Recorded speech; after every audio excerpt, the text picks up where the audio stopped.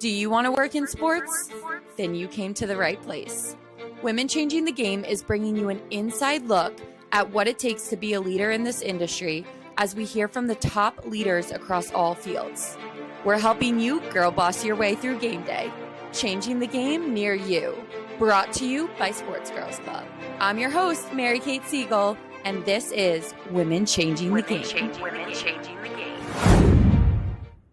Hello, everyone, and welcome back to Women Changing the Game. I'm here with a very special woman changing the game in the sports industry today. She is the Senior Director of Marketing and PR here at New England Sports Network. Welcome on, Casey Blossom. Thank you for coming on. Yeah, of course. So excited to talk with you and talk a little bit about One and your role and everything going on here at NESN. So can you just start by telling us a little bit about your role and how you landed here at NESN? Yeah, absolutely. So as you said, I lead marketing and PR here, which essentially means that my team is in charge of like the full funnel of marketing and communications of how we talk about our network. So it includes everything from brand marketing, how do we brand, communicate, talk about the network and our individual shows on our live games and throughout the day when you're watching the network. It also includes things like digital marketing, email marketing, and I also oversee PR, which is sort of that traditional media relations, talking to members of the media, pitching stories about unique things that we're doing with our business or with our content initiatives. So that's sort of a snippet of what I do. In terms of how I got here, I went to school at a liberal arts school up in Maine at Bowdoin College, so I didn't specialize in anything sports related. I was an English and sociology major with a teaching minor. Thought I maybe wanted to go into nonprofit work. I really enjoyed putting on events on campus around nonprofit work and things like that. Once I started looking at jobs, I sort of realized, okay, my love for planning events and talking about them and kind of bringing in the college campus around a cause is really kind of marketing and communication. So I was lucky enough to land my first job at Lego, the toy brand. So cool. Yes, it was super the best job. I spent about 4 years there. I moved around a little bit while I was there, which was great to sort of test into things that I was interested in within the field of marketing and PR. I really sort of fell in love with PR there, which is where I really spent most of my time there, was talking about and pitching all of the products in the Lego assortment, which was like so fun. Everything from preschool toys to superhero toys to, you name it. And they had just launched a toy for girls. So there were so many fun opportunities to talk about toys and to parents and kids. And then when I was sort of kind of at the end of my time at Lego, I wanted to move. It was based in Connecticut. I kind of wanted to move to a city. I was looking for, my next challenge, and I started looking in the sports industry. It was always somewhere I thought I maybe wanted to be, having grown up in a really big sports family, being a college soccer player. I was like, okay, maybe I should start to peruse there and kind of think about roles there. I landed a job at the NHL in New York City, doing event communications and player relations, which is like the biggest mouthful of a job ever.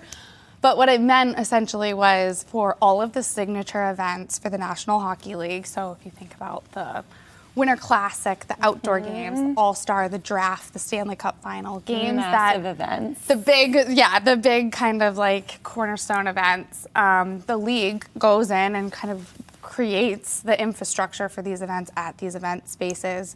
So what I did in my role was help communicate those events to the media and to the public to let people know like when they were decided upon, where they would be, who the teams involved would be, things like that. And then once we were on site, we were the conduit for the teams playing in the event and also the media. So helping them get access to press conferences, setting up press conference space, things like that. And it was a fun job because we were never at the same venue really twice. Like if you think about the Winter Classics, you're playing at football stadiums and baseball parks and all over. So it was a really fun and creative role. I was ready to get back home to New England, started looking back here and landed at NESN, where I've been for about 5 years now. Yeah, wow, what an awesome experience and background you have. Working at Lego too is something so cool that I thought, but then going on to the NHL and all of that stuff, I mean, wow, really, really great background. And you're landed here now at NESN and doing awesome work here. I want to talk about the women in sports here and you as a woman in sports. Can you tell us a little bit about Women of NESN, what it means to you, how it started, and just a little background on it? Yeah, it's a fun story to tell. I'll start with the mission, which is to make NESN the destination for women's sports, women's programming, even careers in sports for women. So the goal is to really make us the leading destination for all of those things. The story behind it is actually quite cool, and I'll share that with you just because I think it's really fun and unique to kind of who we are. Would love to hear it. So essentially 8 years ago, NESN, the women here, decided, hey, we want to start an ERG, an employee resource group, in the four walls of this building. So we want to bring our women together, think through ways that we can, do trainings or network or get different kinds of career development that we may not get in our, day-to-day jobs. So they developed the Women of NESN, which has an amazing acronym, WON, for a sports brand, which is perfect. So for 8 years, they had been kind of programming, events and running a really smooth ship. And every year they would sort of think through, what do they want to do? What are our objectives, our goals, things like that going into the next year.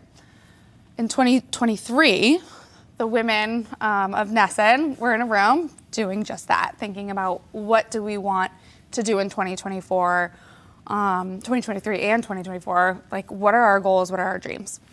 And a lot of the women in the room were like, it's great that we're doing all of this internal work, but like we're a media company. Like what are we doing externally to talk to our audience, to make the athletes on our air feel like we're a home for them, to connect executives and sponsors and just women in our space externally.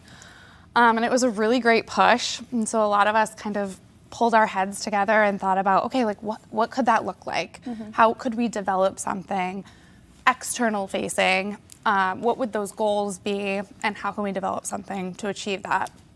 So we landed on this branding. And it's amazing branding. I know, the branding is really fun. Yeah. All of it's created by women at NESN. So Love a that. woman designed the logo, the spot and that's that we why launched it's so with. good. Literally, that's why it's like that's why it makes kiss. makes sense. Yeah, exactly. So we thought about like, how do we roll out content? It's really, it's a commitment to telling more stories about women on our air. Totally. And so creating the branding and creating the home for it on our air really started with the women here and is kind of authentic to who we are as a media company. That's who we are. We tell stories. So that's sort of the story of how it came to be. Yeah, and that's such a cool story. I love how you guys came together for it. And why is it so important to you for this to be a thing? Like, what does it mean to you to elevate the women in sports here and all across the industry? Yeah, I think, elevating women in sports isn't just like the right thing to do. It's critical to kind of telling the full story of sports, right? And so when you think about women's sports, throughout history, it's been less investment, less media coverage and things like that. So the commitment to elevating female stories in this space is a commitment to balancing the scales, to opening doors, and to creating opportunity for more investment, better treatment, more revenue for the leagues, which means better pay for the female athletes. So that. It's really, it's sort of like full picture. And I think I mentioned it to you too, to bring it back to one, really our inside out approach is really sort of an emblematic of like how successful women's sports brands work. You have to kind of think about it differently than the traditional sports model. And so the development of the one brand was developed by women here, authentic to who we are, centered around storytelling, which is so critical to bringing fans into the circle, to become fans of the female athletes that we're showing in the games. It's something that like we don't even think about, but we do for traditional sports. Definitely. But you have to have a greater commitment to that to elevate female athletes. You do. And lastly, it's just a commitment, right? We're saying we are going to do this 365 and we're creating a home for it. I love it, and you guys are doing a great job at it, and I think it is so important to be very authentic with it, because if it's not, it's going to come across. And the fact that it started by women here and you guys are really putting in the effort, that's why it's so authentic, and that's why it's so natural coming across. So I love everything you're doing. You guys over the past year have, I'm sure, had many events and have many moments where you're amplifying these women in sports. Are there any events or moments or something to that extent that have stuck out to you that you look back on and you're like, I love that we did that this year, and you're proud of it? There are a lot. I'm sure there's so many. I'm gonna narrow it down to 3, and I won't take too long for each. But like the launch of Women of NESN was really the perfect storm. We launched it in 2024 at the Women's Beam Pot. So for those who don't know what the Beam Pot is, it's an iconic hockey tournament in Massachusetts featuring 4 Division I teams. There's a men's and a women's tournament, BU, BC, Northeastern, and Harvard. And for a long time, the women's Beam Pot wasn't played at TD Garden, but the men's game was. So for the first time ever in 2024, the game was played at TD Garden. So there was already this sort of like groundswell of excitement and fandom around the fact that it was finally at TD Garden. Yeah. And NESN, we had taken the game for, that championship game for years, but as a commitment to this specific launch of the brand and it being at TD Garden for the first time, we had a female-led production, all-female broadcast team. Amazing. And announced the brand. And it was just such a special moment. It's like one of the most energizing experiences that I've had in my career.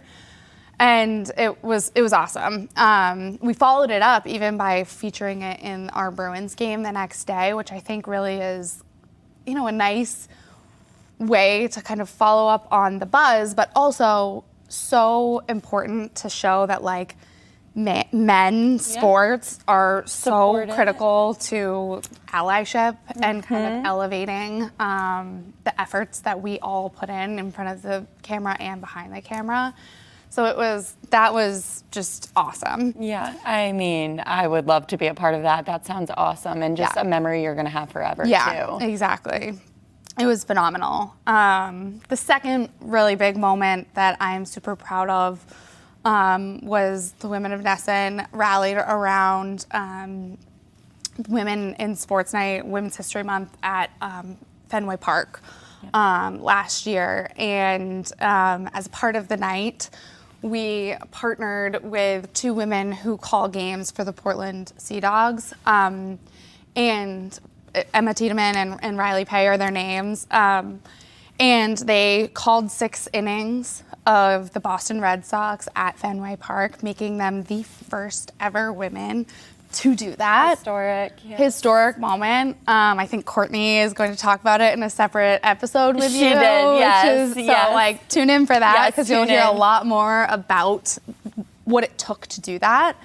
But I think what I would love to punctuate about that was what people saw was Riley and Emma in one game on NESN. What we did behind the scenes, the women, our Red Sox producer, Courtney, our content planning manager, so many women and men behind the scenes spent weeks and now months cultivating a relationship with Riley and Emma, providing access and coaching and counsel. And we'll have those relationships with Riley and Emma forever, and they will forever be the first women to ever call a home run at Fenway Park. That's so special. So cool. And it's, I think, a testament to the people behind the scenes that are like, okay, yes, they were on for one game, but the relationship and the way that they built that night was so special. And then the last one is our partnership with the Boston Fleet. Yes. So we were lucky enough to be selected as the regional rights holder for the Fleet in their inaugural season, and since then. It's amazing. And They're my team now for sure. The branding is amazing. And I'm from New York, and I'm a full Fleet fan, so. That's amazing. Yep. I love that. Yep. And the fact that they made a run for the championship trophy in their inaugural season was phenomenal. Incredible. And we, like I said, we took that responsibility super seriously, and our content production teams built 360-degree like marketing and content plans around the athletes. We told a full episode of a My Story around Hillary Knight. We featured the entire team and like really robust social content, did a full-blown media day for them in the inaugural season, and even since then, just integrating them into everything that we do and making them a part of our network has been really energizing as well. Yeah. So and it seems, three. Yeah, the amazing three. And it seems through all of those three, I just can tell you have built so many amazing relationships with all of these women and these teams and everything. And that's really, really important. And again, bringing it across as authentic and just building the relationships and not it just being like a one-off thing or just doing something for the content or whatever it is. You're truly working with these women and these teams to make sure it's an amazing experience for everyone all around. So that's really cool to hear. And there's so many women that are doing awesome things right now in the industry all over, coaches, athletes, reporters, all across the board. What you do, is there any specific woman you're inspired by right now that comes to the top of mind for you? Yeah, this was a good question, and it got me thinking. There's so many. Yeah, I mean, we could list. But as a former, maybe burnt out women's soccer player, Love it. I have my eye on the NWSL, and Yes. Jessica Berman, their commissioner, Yes. has really sort of like come at this role that she has with the league totally differently. And like I was saying earlier, like I think the success to women's sports is coming at it differently than we have for the traditional sports model. So everything from the first CBA for the NWSL that said not going to do a draft and totally unrestricted free agency, to having a completely new media rights deal. Definitely shook everything up, but in a way that needs to be done because it has to be done differently. And I think the WNBA is taking it on in that way as well. Like we have to look at this as women's sports and not just go off the male sports blueprint. Right. So yeah. So I she's think a great one. It's a good one, and the NWSL is in expansion mode. And yes, I love the NWSL. Yeah, so much. They're doing so many cool things and thinking about things differently, and I can't help but think like that's how everyone should be coming at women's sports and helping drive more revenue, better treatment, better pay, all of the things that we talked about at the top. So. It's a work in progress, and I feel like, starting from ground one and starting here with Women of NESN that's the start to it. So thank you so much for coming on and chatting with me and talking to all the women who are listening right now. Such a cool role you have, and can't wait to keep connecting with you and see what you do from here on out. Awesome. Thank you. This was fun. Thank you. We'll see you next time on Women Changing the Game. All right. Awesome work. Cool. Love it. Oh my. I'm your host, Mary Kate Siegel, and this is Women Changing the Game.